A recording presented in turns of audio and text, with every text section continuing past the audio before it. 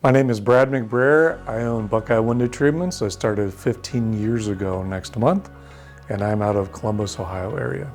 I've been a member of Exciting Windows for, I believe, about 3 years now. When I joined, I was a one-man show for quite a while, and I realized that processes and systems are going to be really important for me to grow my company. I knew that much, but I didn't know how to go about it. This looked like an organization that could help me with a lot of different people from a lot of different backgrounds, different sized businesses that can help me implement some of those things to help me grow.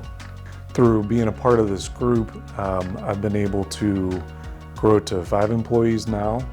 I wouldn't have been able to do it without figuring out some proper hiring strategies and HR things, all the things that I ignored for a very long time because I was able to when it was just me.